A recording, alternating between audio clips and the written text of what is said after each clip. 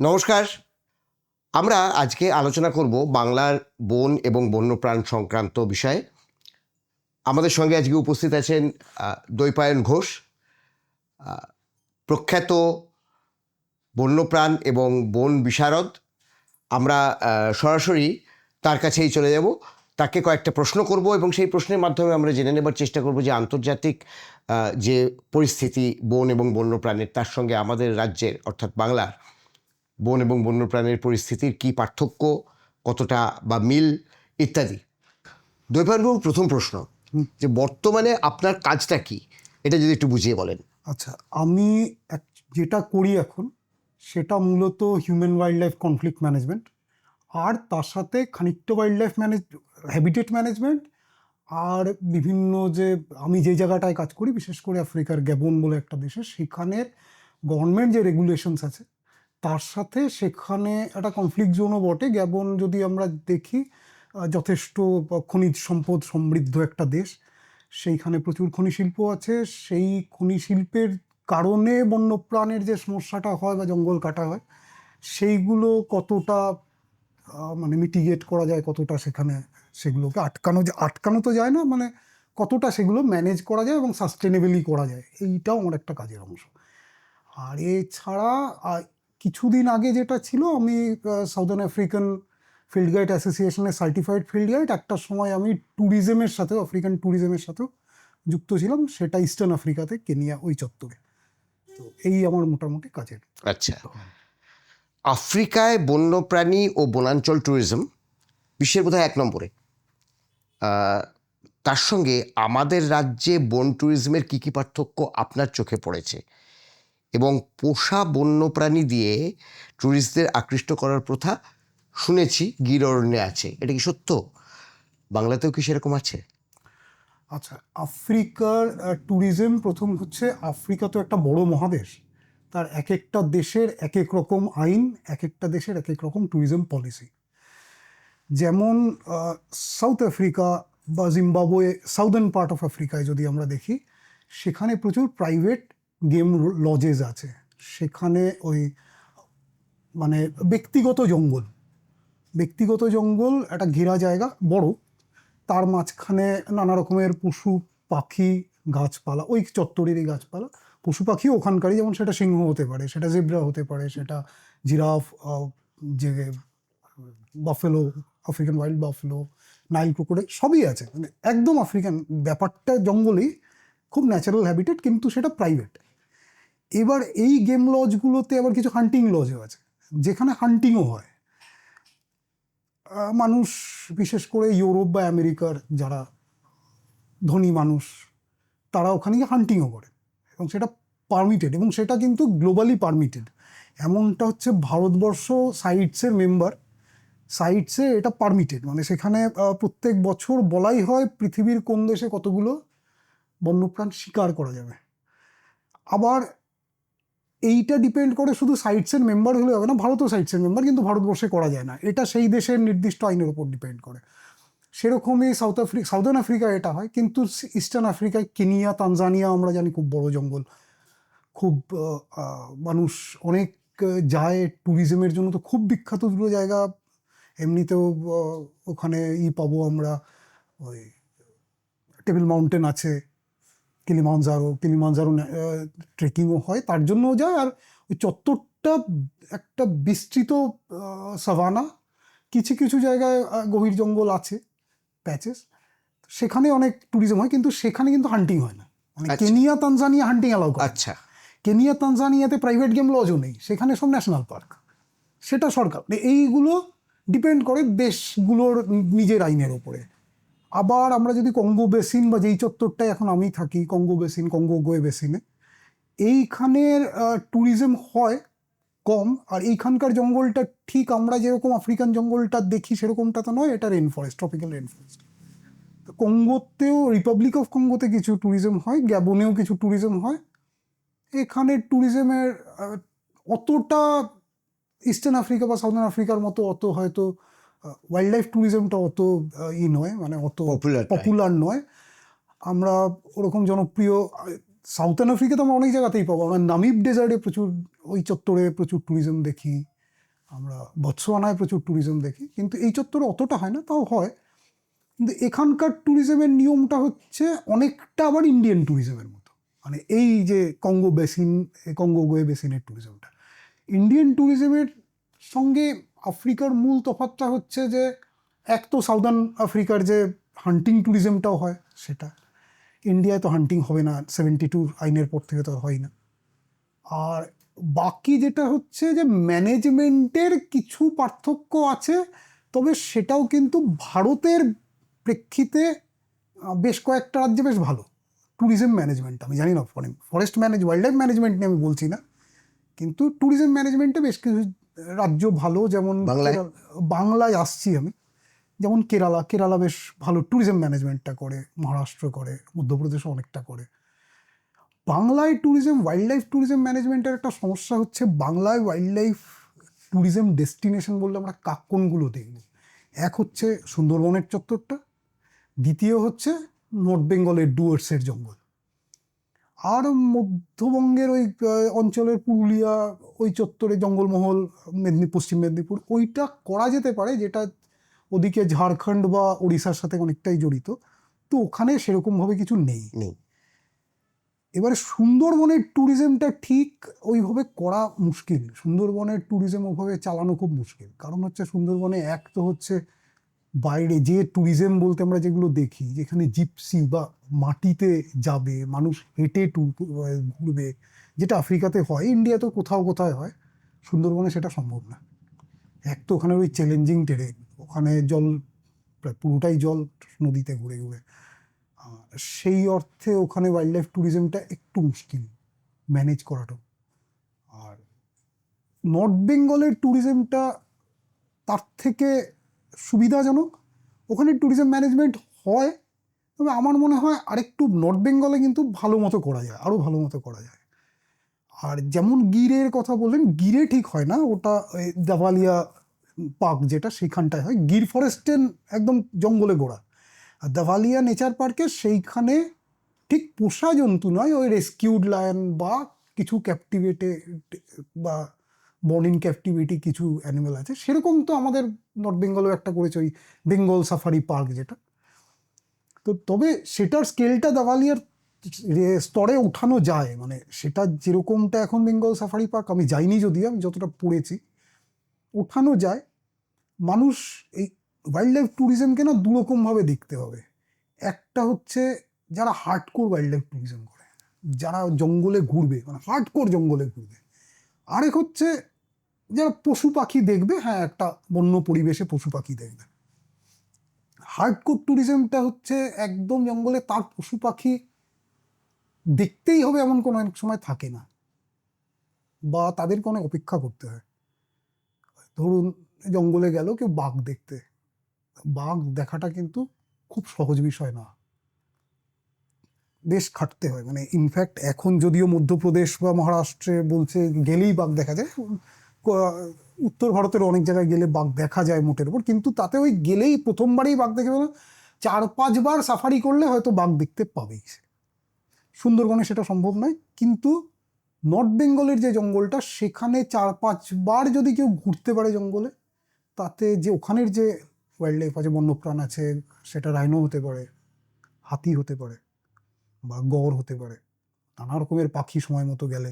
Birding নিয়ে লাতপাঞ্চারে তো একটা বড় মানুষ যায়, ট্যুরিস্ট যায়, সেইগুলোকে যদি আরেকটু ডেভেলপ করা যায়, আরেকটু ম্যানেজ করা যায়। যেমন পারমিট সংক্রান্ত একটা সমস্যা, আমি বহু আগে ডুয়ার্সে গেছিলাম, তো পারমিট সংক্রান্ত একটা সমস্যা ওখানে আছে, বিনা পারমিটে জঙ্গলে অনেক সময় ঢুকে পড়া যায়, এইগুলো ম্যানেজ করা উচিত।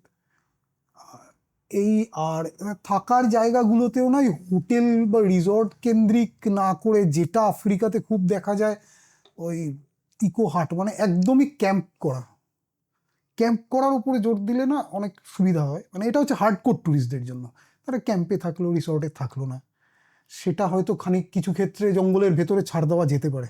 ভারতবর্ষের কিছু জঙ্গলে কিন্তু ছাড় দেওয়া আছে, যেমন উত্তরপ্রদেশ এবং উত্তরাখণ্ডের জঙ্গলগুলো বড় বড় টাইগার রিজার্ভ আছে, করবেট আছে, রাজাজি আছে, বা উত্তরপ্রদেশও পিলিভিত আছে, আছে, বা কেরালাতে করা যায় জঙ্গলের ভেতরে, সেইটা যদি ছাড় দেয় ওয়েস্ট বেঙ্গল গভর্নমেন্ট, এটা গভর্নমেন্টের হাতের বিষয়। এটা রাজ্য সরকারের হাতেই। হাতে আছে। এই মানে ফরেস্ট ডিপার্টমেন্ট তো রাজ্য সরকারের, ফরেস্ট ডিপার্টমেন্টের তো ওয়েস্ট বেঙ্গল গভর্নমেন্টের ডিপার্টমেন্ট, ওটা তো মিনিস্ট্রি নয়।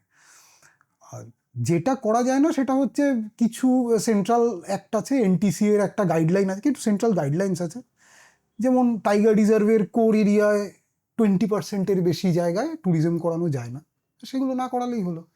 তাছাড়া বাফার জোনে যদি ইকো হাট করা যায়, হার্ডকোর যারা জঙ্গল ঘুরতে গেছে তাদের খুব একটা হয়তো নেই, মানে বাঘ মানে এক্ষুনি দেখতে হবে, একটা সাফারি করলো বা দুটো সাফারি করলো তার মধ্যেই দেখতে হবে না, সে হয়তো 1 সপ্তাহ ধরে আছে। কিন্তু এই হার্ডকোর ট্যুরিজমের একটা সমস্যা হচ্ছে প্রচুর খরচ সাপেক্ষ এটা, যে কোনো জায়গায় জঙ্গলে থাকা, জঙ্গলে ঘুরতে যাওয়া এবং হার্ডকোর ওয়াইল্ড লাইফ ট্যুরিজম করা ভীষণ খরচ সাপেক্ষ, সবাই হয়তো করতে পারবে না। তা তাদের জন্য, তাদের কি হয়, একটা সাফারি করতে পারলো হয়তো, প্রত্যেকটা সাফারিতে একটা কথা দেখুন যে একটা সাফারিতে জিপসির ভাড়া নেয় 2,500 থেকে 3,000 টাকা, 6 জন ম্যাক্সিমাম, একটা ফ্যামিলি গেল 2,500 থেকে 3,000 টাকা 2 ঘন্টার জন্য। তাছাড়া পারমিট, গাইড, এই নিয়ে 3,500 থেকে 4,000 টাকা, ওই 2-3 ঘন্টা ঘুরবে।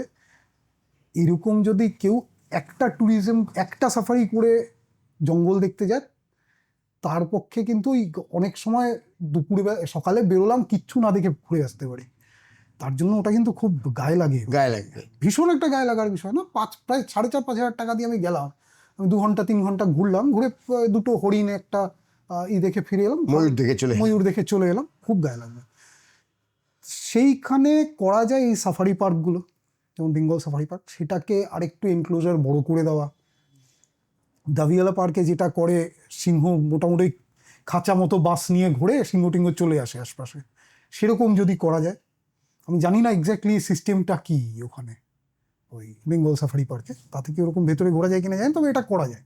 এটা আফ্রিকাতে বিভিন্ন জায়গায় করে ওই একবার, আর সেখানে খরচাটাও অনেক কম হয়, অনেকে মিলে যাওয়া যায়, একটা বাসে করে যাবে, খরচাটা হবে, আর জীবজন্তু দেখা মোটের ওপর একটা ন্যাচারাল হ্যাবিটেটেই দেখা যাবে। বাঘ সিংহ, হ্যাঁ, ওরকম হয়তো থ্রিলটা থাকবে না যে জঙ্গলের মধ্যে একটা বাঘকে ট্র্যাক করে 3.5 ঘন্টা ধরে খুঁজে খুঁজে বেরোনোর আগে। এই কদিন আগে আমার সাথে হয়েছে, আমি উত্তরপ্রদেশ গেছি, ঢোকার থেকে 3.5 ঘন্টা আমি বাঘটার পেছনে দৌড়ে একদম বেরোনোর 10 মিনিট আগে বাঘটাকে দেখতে পেয়েছি। সে নাও দেখতে পারতাম, তার আগে দুবার আমার সঙ্গে, আগে একবার হয়েছে আমার সাথে, সেদিনই সকালবেলায় সারাটা সকাল ঘুরেছি 4 ঘন্টা ধরে, প্রত্যেকবার এমন জায়গায় যাচ্ছি বাঘটা সেখান থেকে বেরিয়ে চলে গেছে, 3টে বাঘ সেখানে ছিল, চলে যাচ্ছে, আমি পরে পৌঁছচ্ছি। এরকম হয়েছে সারা সকাল আমি 2টো হরিণ আর একটা সম ডিয়ার, আর ওইরকম 2-3টে জিনিস দেখে ফিরে এসেছি। আবার দুপুরবেলায় গেছি, 3.5 ঘন্টা কিচ্ছু করিনি, এক জায়গায় দাঁড়িয়ে আছি। এবার একজন ট্যুরিস্ট যে একবারের জন্য জঙ্গলে যাচ্ছে, সেরকম 3.5 ঘন্টা এক জায়গায় দাঁড়িয়ে থাকতে পারবে না, ওরকম একটা টাকা খরচা করে গিয়ে সেই এক জায়গায় দাঁড়িয়ে থাকা মানে এটা মানা যায় না। তাদের জন্য কিন্তু এটা করা যেতে পারে, ওই ধরনের সাফারি পার্ক যেখানে ঘুরবে, খুব একটা জীবজন্তুর অসুবিধা হবে না। বনাঞ্চল এবং বন্যপ্রাণী, এটা তো হচ্ছে মানে ভারতে যৌথ তালিকায় আছে, হ্যাঁ। কেন্দ্রও দেখে, রাজ্যও দেখে। সেক্ষেত্রে আমাদের রাজ্যের বনাঞ্চল এবং বন্যপ্রাণী আইনে কোনো রকম খামতি আপনার চোখে পড়েছে? আইনগুলো বেশিরভাগই কিন্তু ইউনিয়নের আইন, যেটা ম্যানেজমেন্ট সেইটা রাজ্য সরকারগুলো করে। এইখানে কিছু সমস্যা ডেফিনেটলি হয়েছে। একটা সমস্যা, বিশেষ করে আমি যেহেতু কনফ্লিক্ট নিয়ে কাজ করি, কনফ্লিক্ট ম্যানেজমেন্টে একটা বড় সমস্যা হয়েছে দক্ষিণবঙ্গের হাতির সাথে। যে জঙ্গলমহলে দলমার হাতি যে বেরিয়ে আসছে পুরুলিয়া, বাঁকুড়া, মেদিনীপুর এই চত্বরে, সমস্যাটা কি হচ্ছে, হাতি এক তো উড়িষ্যার সাথে একটা সমস্যা চলছে, উড়িষ্যা বর্ডার দিয়ে দিচ্ছে, ওখানে ট্রেঞ্চ কেটে দিচ্ছে, হাতি ঢুকতে পারছে না। হাতির হ্যাবিটেট, হাতি তো ওরকম খুব ঘুরে ফিরে বেড়ায়, মানে হাতি কিন্তু সারা বছর মাইগ্রেট করে, ওদের একটা নির্দিষ্ট মাইগ্রেটরি রুট আছে, সে রুটটা হয়তো ওরা 1000 বছর ধরে ফলো করছে, ওই একই রুটে ওরা। দলমা রুটটা যেমন, দলমা থেকে নামে পশ্চিমবঙ্গে ঢোকে শীতকালটায়, ঘুরে ঘুরে ঘুরে ঘুরে তারপরে কেউ ওড়িশা হয়ে ঝাড়খণ্ডে ঢোকে, আবার কেউ সোজা ঝাড়খণ্ডে ঢুকে খানিকটা ঘুরে আবার দলমায় ফিরে যায়, পুরো বছরটা ধরে।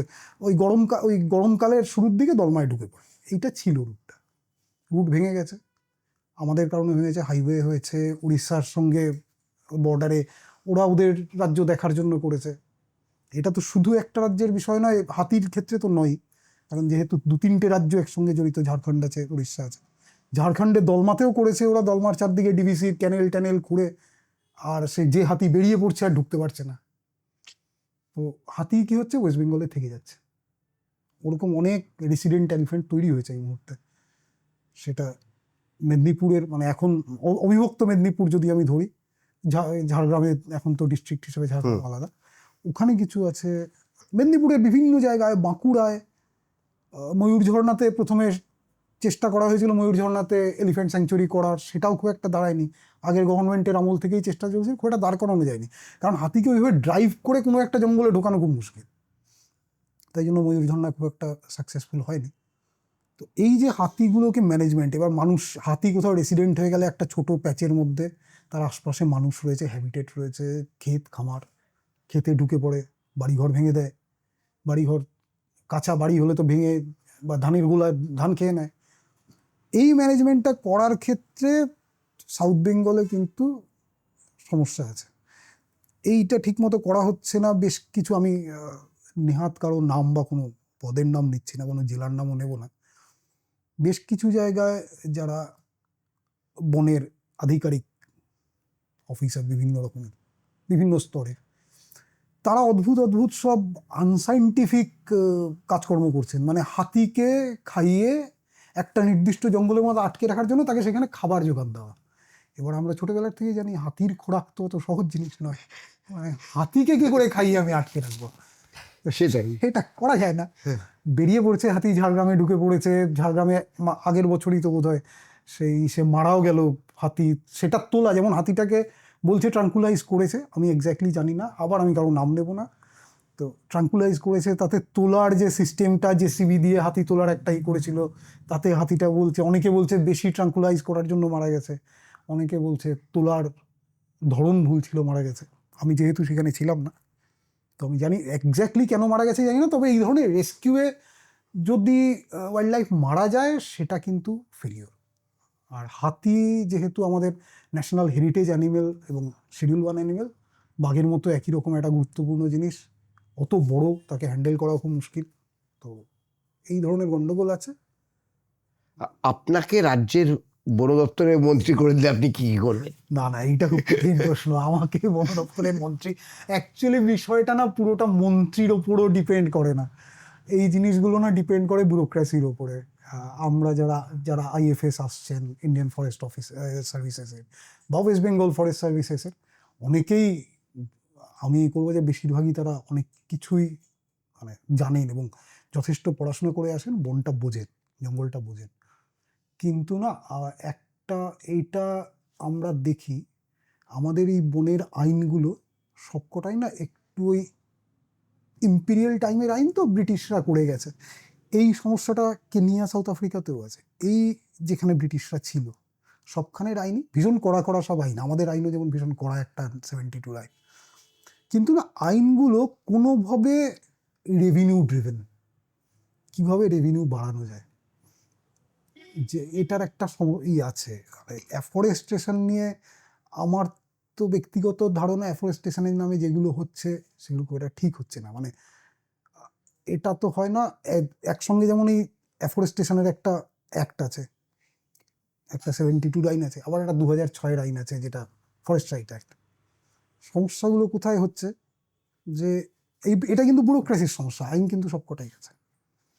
সমস্যা কি হচ্ছে, যারা বনজীবী মানুষ বনগ্রামগুলোতে গিয়ে বলছে, তাদের তো আবার এফআরএ দিচ্ছে না তাদেরকে, এখানে আইনটা কেন্দ্রের, ল্যান্ড রেভিনিউ রাজ্যের, বনগ্রামের স্বীকৃতি কে দেবে, রাজ্য দেবে না কেন্দ্র দেবে? এই সব জায়গায় অনেকগুলো ঝামেলা আছে। মানে এফআরএটা তো কেন্দ্রের আইন, আবার ওখানে যদি বনজমি বনগ্রামের পাট্টা দিতে হয়, সেটা রাজ্যকে দিতে হবে। তো এই যে প্যাঁচগুলো, এই প্যাঁচে সমস্যাগুলো তৈরি হচ্ছে, এই সমস্যাগুলো মূলত তৈরি হচ্ছে ব্যুরোক্রেসির জন্য। তাই এই আইনগুলো হচ্ছে না, বনগ্রামে পাট্টা পাচ্ছে না। আবার অ্যাফরেস্টেশনের নামে সেখানে গিয়ে সেগুন গাছ লাগিয়ে দিচ্ছে, তারা যেখানে ছাগল চড়ায়, গরু চড়ায়, সেখানে গিয়ে সেগুন গাছ লাগিয়ে দিচ্ছে ফরেস্ট ডিপার্টমেন্ট, কারণ ফরেস্টের ল্যান্ড, রেভিনিউ ল্যান্ড তো না, লাগিয়ে দিচ্ছে। এবার এফআরএতে তাদের বলা হয়েছে তারা ওখানে গরু ছাগল চড়াতে পারে, সেখানে গিয়ে সেগুন গাছ লাগিয়ে বলছে না, তুমি কালকের থেকে চড়াতে পারবে না। তো এই এইটা তো ঠিক মন্ত্রী হয়ে আটকানো যায় না, তাই আমার মনে হয় না মন্ত্রী হলে আমি কিছু করতে পারতাম। মানে ইমিডিয়েটলি মন্ত্রী হওয়ার বিষয় না, এটা গোটা সিস্টেমটাকেই ই করতে হয়। মন্ত্রিত্ব করতে গিয়ে একটা ভূমিকা থাকে, পলিসির ইস্যুস থাকে।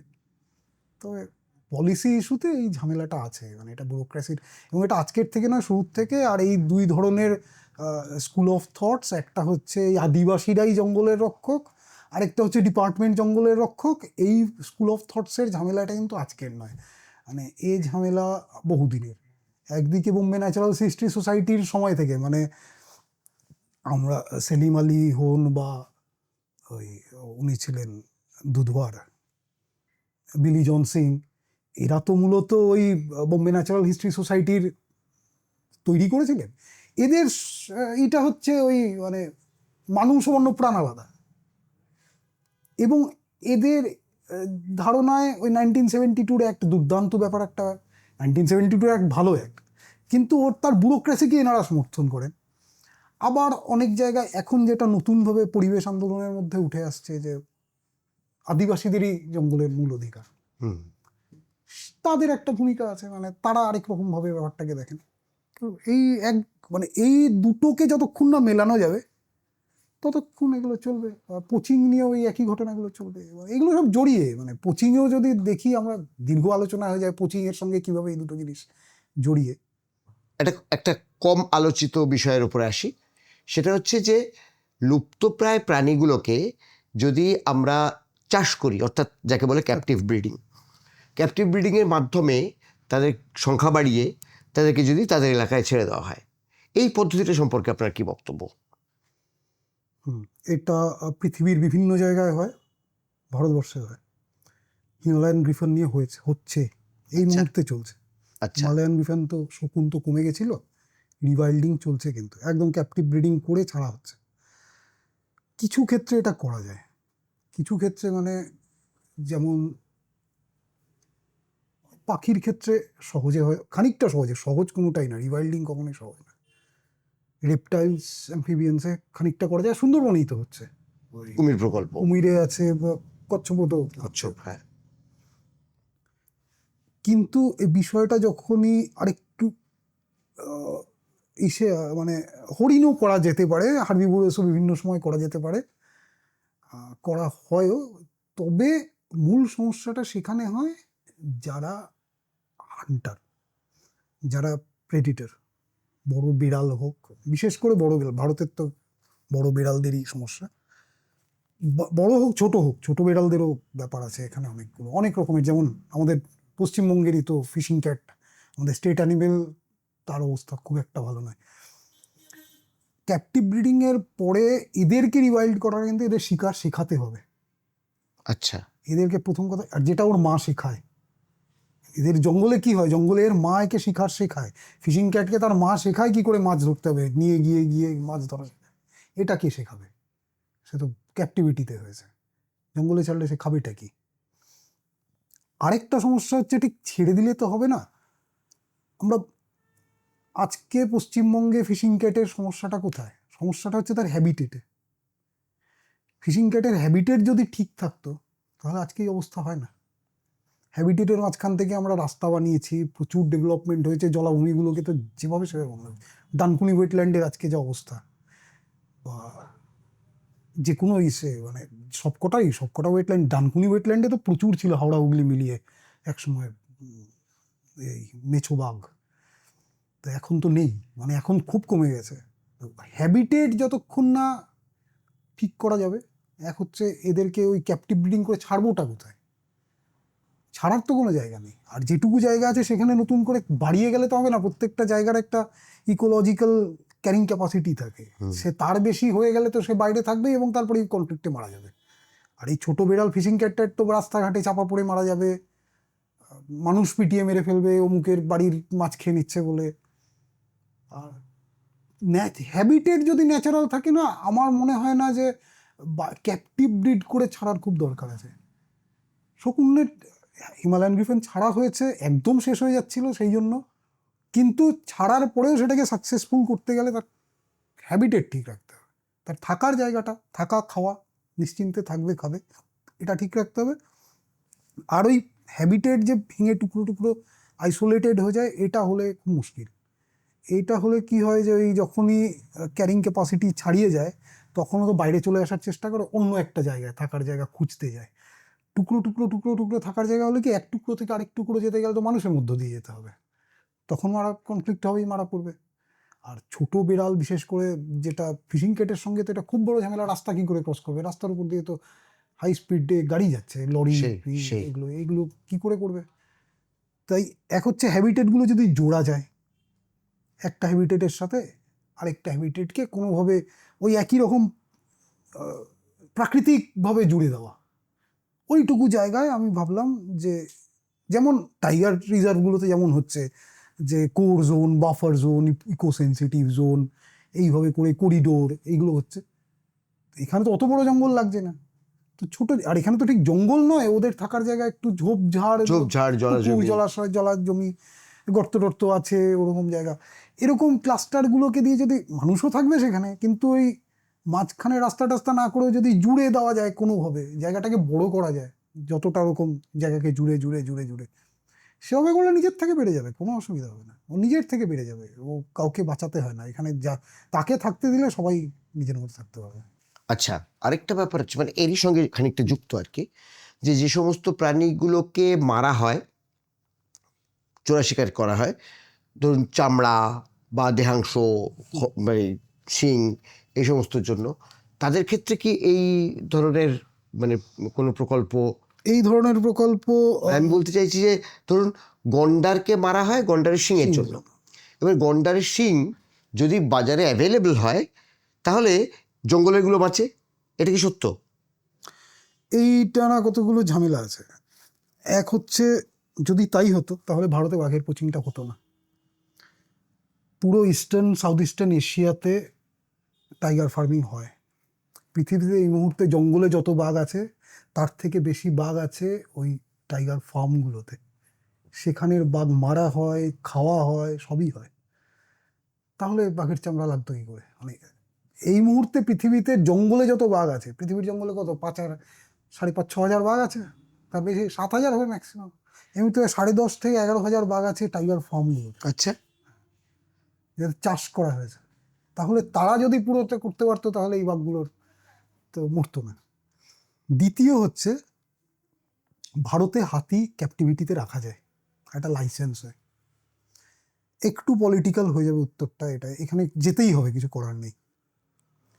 নর্থ ইস্টে আসাম, অরুণাচল, মেঘালয়, ত্রিপুরা, এই অঞ্চলে প্রচুর ক্যাপটিভ হাতি আছে। তাদের লাইসেন্স হয়, তাদের চিপ আছে, মানে ফরেস্ট ডিপার্টমেন্ট চিপ দেয় সেই হাতিগুলো, যে এর বাবা পোষা ছিল, এর মা পোষা ছিল, এও পোষা, চিপ দেওয়া হাতি। সেই হাতি বিক্রি করা যায় না, তবে স্থানান্তর করা যায়। আমাদের পশ্চিম এবং পশ্চিম ভারতে বিশেষ করে গুজরাট, রাজস্থান, ওখানে তো হাতি পাওয়া যায় না। ওখানের মন্দিরগুলোতে প্রচুর হাতি আছে। এমনকি সাউথ ইন্ডিয়ায় হাতি পাওয়া যায়। ভারতবর্ষের সবচেয়ে বড় হাতির পপুলেশনটা ওখানেই, সাউথ ইন্ডিয়ান এলিফ্যান্ট পপুলেশন। সেখানের মন্দিরেও অনেক সময় এই নর্থ ইস্টের হাতি যায়। আচ্ছা, স্থানান্তর করা যায়, খাতায় কলমে ব্যবসা করা যায় না। তো আমার তো মনে হয় যে একদম মানে কেউ হাতি ধরে দিয়ে দিল এমনটা হয় না। কিন্তু এই লাইসেন্সড হাতি, মানে ক্যাপটিভ এলিফ্যান্ট, লাইসেন্সড ক্যাপটিভ এলিফ্যান্টের আড়ালে বহু বছরের অভিযোগ যে নর্থ ইস্টের জঙ্গল থেকে ওয়াইল্ড এলিফ্যান্ট ক্যাপচার করে পাচার করা হচ্ছে। আচ্ছা, এবং এমনও অভিযোগ ছিল একটা সময়, বেশি দিন আগে নয়, অভিযোগ ছিল 2009, 10, 11, 12 এই সময়ে ইন্ডিয়ান রেলকে ব্যবহার করা হয়েছে এই ধরনের হাতিকে ট্রান্সফার করার জন্য। মানে জঙ্গল থেকে ধরা হাতি, জঙ্গল থেকে ক্যাপচার করা হাতি, অর্থাৎ চিপ ছাড়া হাতি, চিপ ছাড়া হাতি বা চিপ ইমপ্ল্যান্ট করা হয়েছে, বসিয়ে দেওয়া হয়েছে, কাগজ তৈরি করা হয়েছে। অভিযোগ বহুদিনের। এবং ওখানকার আসামের এক এমএলএ, যিনি দিল্লির খুব ঘনিষ্ঠ, তার বিরুদ্ধে এরকম অভিযোগ ছিল যে তিনি এই বিষয়টার একটা মাথা, এবং করা হয়। এই যদি আমরা চাষ করা মানে যে ফার্মিং যদি করি, ফার্মিংয়ের পরেও এটা হতে পারে। মানে হাতিতে তো আমরা দেখতেই পাচ্ছি আমাদের দেশে জ্বলন্ত, মানে প্রমাণিত নয় কিন্তু অভিযোগ তো দীর্ঘদিনের। এবং এখনকার বনতারা নিয়ে অভিযোগ আছে, এই যে আদানি এই আম্বানির যে বনতারাতে অভিযোগ আছে যে এখানে নর্থ ইস্ট থেকে ওয়াইল্ড এলিফ্যান্ট গেছে।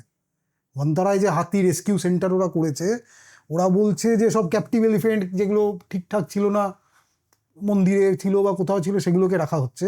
কিন্তু এখানে তো অভিযোগ আছে, এখানে তো সুপ্রিম কোর্টে শুনানি হয়েছে যে বনতারাতে, যদিও প্রমাণিত নয় আবার, যে বনতারাতে নর্থ ইস্টের হাতি গেছে, ওয়াইল্ড এলিফ্যান্ট নিয়ে যাওয়া হয়েছে। তো এই অভিযোগ তো আছে। এবং অভিযোগ এত বারবার আসে এই হাতিটা নিয়ে, যেহেতু হাতিটার ওই দুরকমই আছে, ওয়াইল্ডেও আছে আবার ক্যাপটিভিটিতেও আছে, তাই নিয়ে এই অভিযোগটা কিন্তু প্রচুর আসে যে এত ক্যাপটিভ এলিফ্যান্ট আসছে কোথা থেকে, এবং নতুন নতুন এলিফ্যান্ট আসছে কোথা থেকে। হাতি তো বাচ্চা দেয় বেশ অনেক পরে, অনেক 12 বাদে বছর বাদে, 13 হ্যাঁ। বছরে এক একবার বাচ্চা হয়, তো সেই। এত বাচ্চা কোত্থেকে হচ্ছে। তো এই নিয়ে অভিযোগ কিন্তু আছে যে ফরেস্ট ডিপার্টমেন্ট ওই কুনকি দিয়ে ধরা হাতি ফরেস্ট ডিপার্টমেন্ট বিক্রি করে দিচ্ছে, এরকম অভিযোগ আছে। আমাদের রাজ্যে নেই, অন্যখানে আছে, বিশেষ করে নর্থ ইস্টের রাজ্যগুলোতে অভিযোগ আছে। তো সেইটাই যদি চাষ করলে যে তার আড়ালে বাঘ, ধরা বাঘের চামড়া বিক্রি হবে না, এটা কে বলবে? বা গন্ডার মেরে তার খড়গ বিক্রি হবে না, সেটা কে বলবে? তাই এইটা করা কঠিন এখানে। তবে এটা হয়, অনেকখানি হয়। ওই যে হান্টিং লজগুলোর কথা বলছিলাম, সেখানে তো ক্যাপটিভিটিতে ব্রিড করে হান্টিং হয়, সেটা তো মানে ক্যাপটিভিটিতে ব্রিড করা হয়, তারপরে জঙ্গলে ছেড়ে দেয় জেব্রা, অ্যান্টিলোপস, সেগুলোকে মারে, সেভাবেই হান্টিং হয়। তারা ট্রফি নিয়ে, এখন তো নিয়ম হয়েছে বিভিন্ন দেশ নিয়ে যেতে দেয় না, তো তাও তারা কিভাবে ওখানেই তারা বাড়ি, ওরা তো খুব বড় লোক, ওখানেই বাড়ি ঘর করে, ওখানেই আরেকটা ফার্ম হাউস করে সেখানেই ঝুলিয়ে ট্রফি রেখে দিল। কারণ ইউরোপে এখন বেশিরভাগ এই বেশি মারার প্রসঙ্গটা যখন উঠলো, মানে স্বীকার করা, আরেকটা মানে বিতর্কিত প্রসঙ্গে আসি। কালিং সম্পর্কে আপনার মতামত কি? কালিং সম্পর্কে আমি না সেই ধরনের, মানে কালিংটা বোধহয় ইন্ডিয়াতে কিছু কিছু ক্ষেত্রে করা হয়, যেমন নীলগাই নিয়ে নীলগাই। হয়েছে। সবচেয়ে বেশি যেগুলো ফেরাল অ্যানিমেলগুলোর কালিং খুব প্রয়োজন হয়ে পড়ে, যেমন মানে বন্য শুয়োর নয়, যে ফেরাল হগ, যেগুলো pig, সেগুলো তো আসলে ডোমেস্টিক, সেগুলো ফেরাল হয়ে গেছে, এইগুলো কালিং করা যেতে পারে। আর নয়তো যেটা উপায়, সেটা হচ্ছে এদের যে প্রেডিটর, তাদেরকে বাড়াতে হবে। এবার লোকালয়ে বাঘ সিংহ ছেড়ে রাখা তো খুব একটা ভালো নয়, এটা এটা মাঝে মাঝে দরকার হতে পারে। তবে বন্য প্রাণ, মানে একান্ত ওয়াইল্ড লাইফের জন্য কালিংয়ের খুব একটা প্রয়োজন নেই। নীলগাইয়ের ক্ষেত্রে তো একদমই দরকার হওয়া উচিত নয়, কারণ বিহারে যথেষ্ট ফরেস্ট কভার এখনও আছে। বিহারের উত্তরে বাল্মীকি ছাড়া আর কোথাও বাঘ নেই। এখন বাঘ বাল্মীকিতেও বেড়েছে, যদি করিডোর করে ওই চত্বরটায় বাঘ আসতে পারে, আনা যায়, তাহলে তো বাঘ আসলে বাঘই নীলগাইকে কন্ট্রোল করে ফেলবে। কন্ট্রোল করে দেবে। লেপার্ড যদি উত্তরবঙ্গে যদি লেপার্ডটাকে ঠিকঠাক, মানে লেপার্ডের সমস্যা আছে তো, লেপার্ড ওই মানুষের আশপাশে থাকা পছন্দ করে, ওটাকে যদি ঠিক ম্যানেজ করা যায়, তাহলে উত্তরবঙ্গে খুব একটা যদিও হয় না হরিণ এসে ফসল খাওয়ার ঝামেলাটা, বাংলায় একটু কমই, তবে ইসে তো হাতির সমস্যাটা তো আছে। হাতিকে তো কালিং করা হবে সম্ভব নয়, হাতি তো ন্যাশনাল হেরিটেজ অ্যানিমেল, কালিং কি গো, মানে ওই ফেরাল অ্যানিমেলকে করা যেতে পারে। তবে ওয়াইল্ড অ্যানিমেলের ক্ষেত্রে আমার মনে হয় ইকোলজিক্যালি। এই ফেরালদের সম্পর্কে একটা জিনিস বলি, যে কিছু আছে শহুরে মুক্ত প্রাণী, মানে যেমন ধরুন কাক। হ্যাঁ, কাক তো ফেরাল নয়। কাক ফেরাল, কাক ওয়াইল্ড। আবার কিছু মানে শহরাঞ্চলে বেশি ফেরাল, মানে কুকুর বেড়াল এদেরকে দেখা যায়। তো এদের বর্তমান পরিস্থিতি কেমন, মানে বাংলায় তথা ভারতে? কুকুরের বা স্ট্রে ডগসের সংখ্যা তো বেশ বেশি, মানে বেশি মানে এই আছে। অ্যাকচুয়ালি সমস্যাটা কি, আমার যেটা মনে হয়, এটা একান্ত আমার ব্যক্তিগত, অনেকের ভালো না লাগতে পারে, আমার যেটা মনে হয়, এদেরকে এদের মতো ছেড়ে দাও, না এদেরকে মারার প্রয়োজন আছে, না এদেরকে এক্সট্রা কেয়ার দেওয়ার প্রয়োজন আছে। এই যে স্ট্রে ডগসের যে বেড়ে যাওয়ার একটা কারণ আছে। একটা স্ট্রে ডগ, সে একবারে এক একটা লিটারে প্রায় 8 থেকে 10টা বাচ্চা দেয়। তার কারণ আছে, কিন্তু এমনি এমনি 8 থেকে 10টা। ও জানে যে ও যেই হ্যাবিটেটে থাকে, এই 8-10টার মধ্যে 2টো বাচ্চাকে বাঁচানোই বেশ টাফের। তাই জন্য বাচ্চার সংখ্যাটা বাড়ায়, যাতে অন্তত 2-3টে বেঁচে যায়। তাতে কি হয়, ওই চত্বরের ইকোলজিক্যাল ব্যালেন্সটা ঠিক থাকে। স্ট্রে ডগের মূল কাজটা কি? স্ট্রে ডগ খায় কি, মানে স্ট্রে ডগ কেন? এমনিতেও কুকুর এলো কি করে, মানে এটা তো, এই stray dog is not a true dog. মানে আমরা যে ঘরে কুকুর পুষি বা রাস্তাঘাটে দেখি, they are not true dogs, they are actually evolved Asiatic grey wolf. Asiatic grey wolf Canis lupus মানুষের আশপাশে এসছে, মানুষ তাকে পুষেছে নিজের কারণে, মানুষের আশপাশে উচ্ছিষ্ট খেতেই তারা এসছে, এসে পুষে পুষে পুষে পুষে ক্যানিস লুপাস পালিপেস থেকে এখন ক্যানিস ফ্যামিলিয়ারিস হয়ে গেছে, তারা কুকুর হয়ে গেছে। এরা কিন্তু ট্রু ডগ নয়। ট্রু ডগ আমাদের ভারতের জঙ্গলের যে হুইসলিং ডগ বা ডোল, যেটা সে ট্রু ডগ। যে আফ্রিকান পেন্টেড উলফ মানে আফ্রিকান ওয়াইল্ড ডগ, তারা ট্রু ডগ। কিন্তু ডিঙ্গো ট্রু ডগ নয়, ডিঙ্গো কিন্তু উলফ।